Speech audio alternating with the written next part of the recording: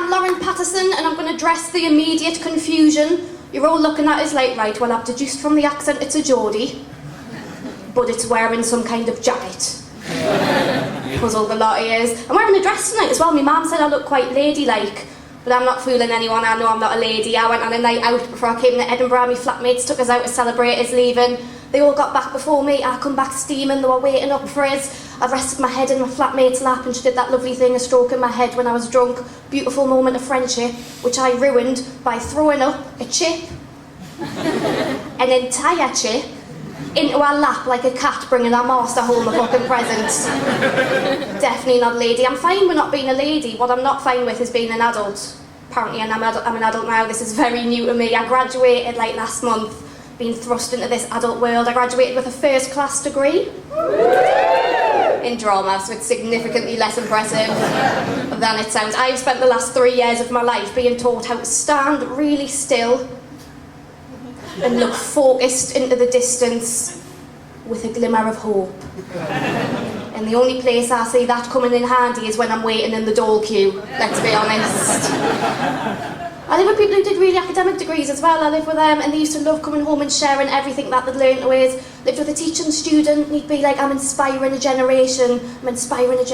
I went on a placement today in a really rough, challenging school in Newcastle. I was like, I'll stop you there. You mean you went on a placement at a school in Newcastle? But he was like, yeah, but I'm inspiring a generation. I lived with a geography student. She could tell me anything about any country in the world. And then I lived with a twat, or a maths student, as he preferred to be called.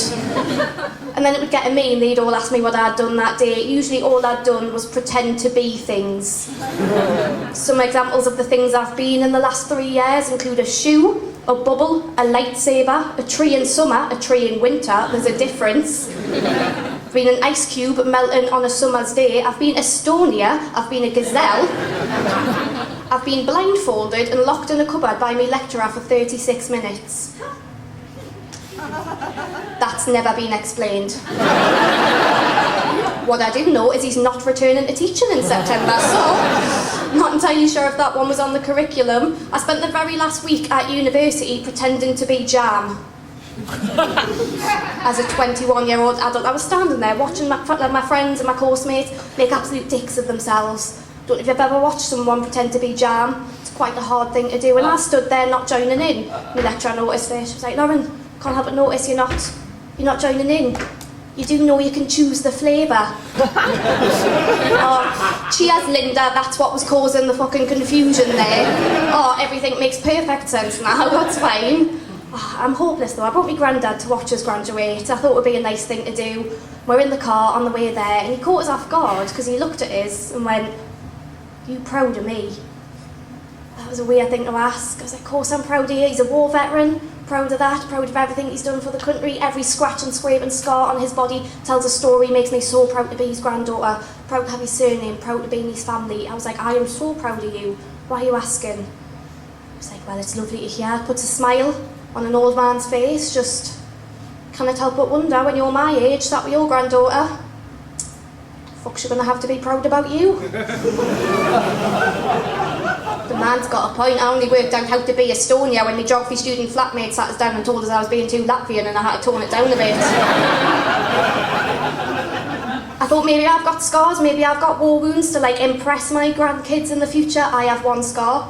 It's not from a war zone like my granddad, but it is from Wetherspoons. And if you've ever been to a Wetherspoons, let alone a Wetherspoons in Newcastle, you know it's a fucking war zone, isn't it?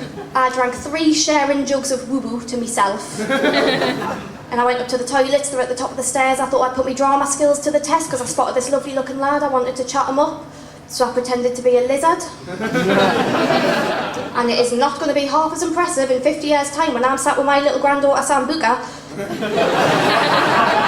And I have to look her in the eye and say, well, pet, if Granny can teach you one thing, it's that if you lick a stranger at the top of a flight of stairs, he will not think fucking twice about pushing you. That thought of having kids though and growing up and having a family terrifies me. Got a nephew and I've started looking after him to try and get more responsible and more maternal, and because I thought I'd be mistaken for a MILF.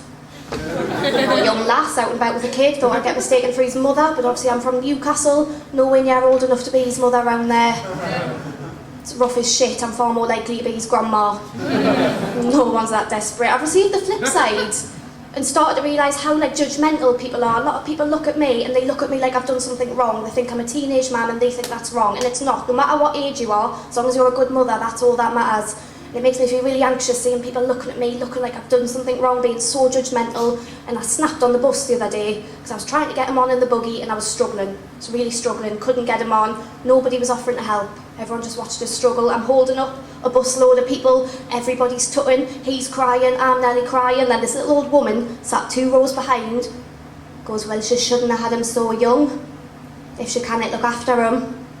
And not one single person came to my defence, everyone just let her say that. So I thought I'd defend myself, stand up for myself, so I turned round and went, you know what, pet? He's not even fucking mine. And I waited for like whoops and cheers and applause, but what 40 people looked at us like I just said was, well, I've just stolen him, so not my problem. Kids is not something I have to worry about for a long time, which I'm quite pleased about. Like my sister met her husband at uni, and that's lovely, and apparently that's the proudest thing she got from university as a husband.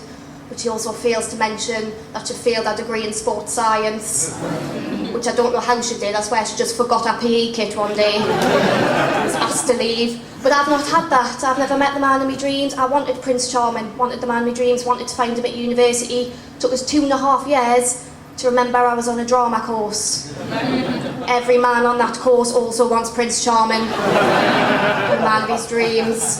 Part of my problem with my baby face, I look young. I know I look young. And my flatmate, she's beautiful, she looks her age. She'll get called pretty, stunning, hot, beautiful. I get cute. And she says, that's lovely. Why do you get so upset about being called cute? I'm like, well, let's take a little rain check, shall we? On some things that are cute. Babies. Babies are cute. Puppies. Puppies are cute, and as lovely as those 2 things are, nobody wants to fuck either of those. And the kinds of people who do are probably the kinds of people I should be staying away from, to be honest. Ladies and gentlemen, you've been absolutely lovely, you've got an amazing night ahead of you. I've been Pattison.